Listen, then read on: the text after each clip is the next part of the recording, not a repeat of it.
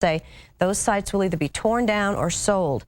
The Randolph rest area will close later this month, but reopen next year. In July, the state plans to reduce the hours of operation at the state's 17 other rest areas. These moves are expected to save the state $1.5 million.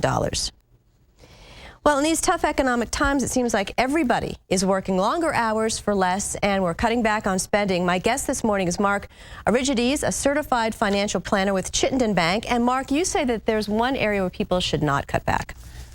Thank you for having me, Judy. Sure. You're correct. It's one of the areas people should not cut back on is their retirement plans. When people retire, they're going to have two main investments, most of us. It's going to be our house or home and our retirement. A lot of us, we depend on Social Security right now, but it may or may not be there by the time a lot of us get older. So even during these tough economic times, people should not cut back on their retirement savings. You know, it's tempting to sort of look at the paperwork and say, oh, look at how much money I've lost. I'm not going to put more money there. And I'm getting a lot of that right now. I manage a lot of the 401k plans that we manage at Chittenden Bank. And what I tell people is don't stop contributing to the plan. If you're worried about losing money, put it in something safer right now.